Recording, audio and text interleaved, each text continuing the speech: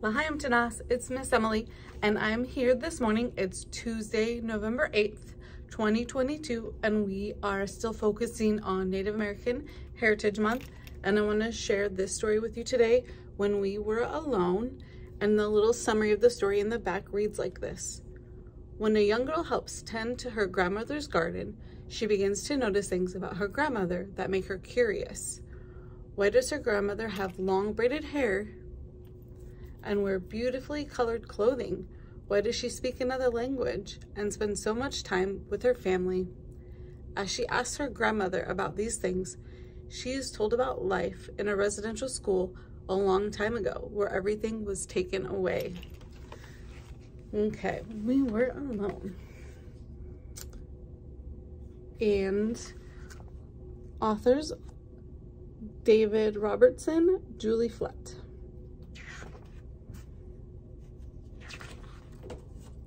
Okay. Page. And it has really beautiful illustrations. Today I helped my Kakom in her flower garden. She always wears colorful clothes. It's like she dresses in rainbows. When she bent down to prune some of the flowers, I couldn't even see her because she blended in with them. She was like a chameleon. Nakom, why do you wear so many colors? I asked. Nakom said, well, no system.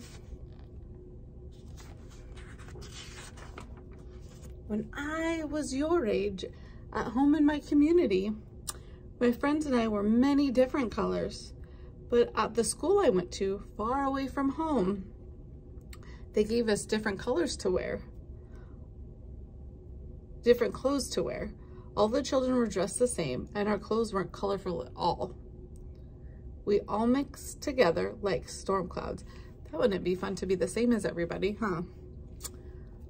Why did you have to dress like that? I asked. They didn't like that we wore such beautiful colors, Nakom said. They wanted us to look like everybody else.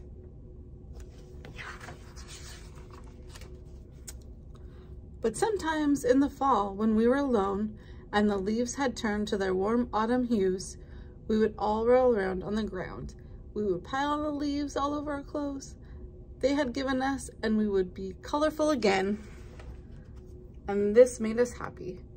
Now, Nakom said, I always wear the most beautiful colors.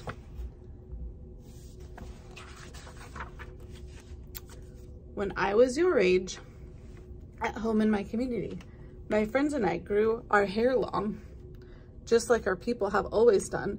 It made us feel strong and proud. But at school I went to, far away from home, they cut off all our hair. Our strands of hair mixed together on the ground like blades of dead grass. Why did you have to wear your hair like that? I asked. They didn't like that we were proud, Nakom said. They wanted us to be like everybody else.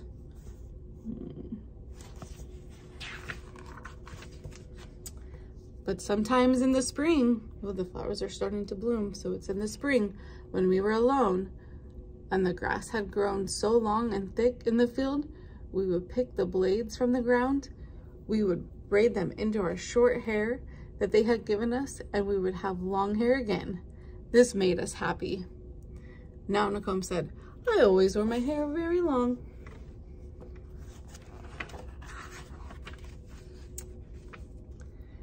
After my Kakom had fixed the latch, I followed her to the birdhouse. There was a bird flying through the air like a jingle-dressed dancer.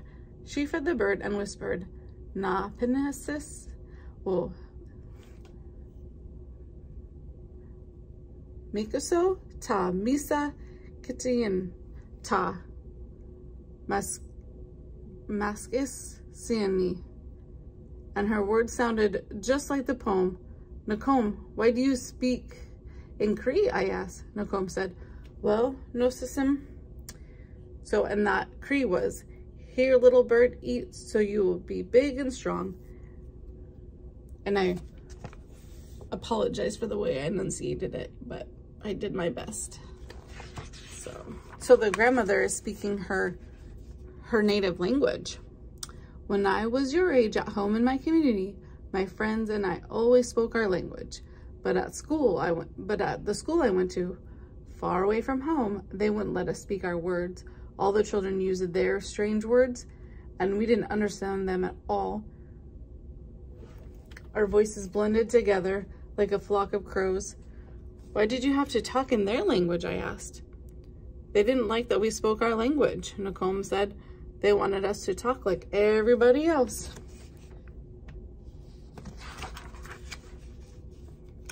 Oh, now it's summertime, but sometimes in the summer when we were alone and our teachers weren't anywhere around, the place we would whisper to each other in Cree. We would say all the words we weren't allowed to say so that we wouldn't forget them. And this made us happy. Now, Nicole said, I always speak my language. Right. After our gardening work was done, I sat with my Kokom in the backyard. Her brother came over and sat with us. He comes over all the time. He drank tea and ate bannock. The tea was hot and sweet, and the bannock was moist and warm and melted in my mouth. My Kokom and my uncle talked and laughed like children. Kokom, why do you have Nokomis always spend time together? I asked. Nicole said, well, Nosasam,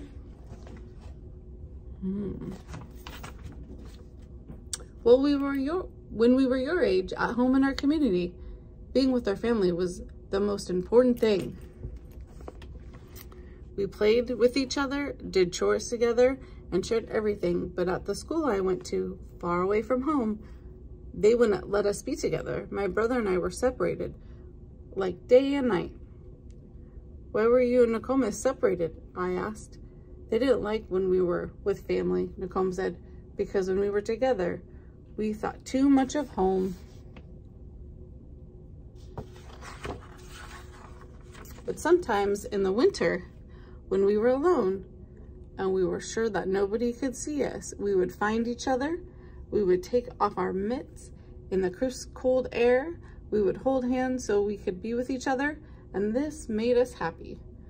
Now, Nicole said as she reached over and held my uncle's hand in mine, I am always with my family. So family is very important because there was a time where they couldn't be with their family very much. The end. Okay. Thanks for listening.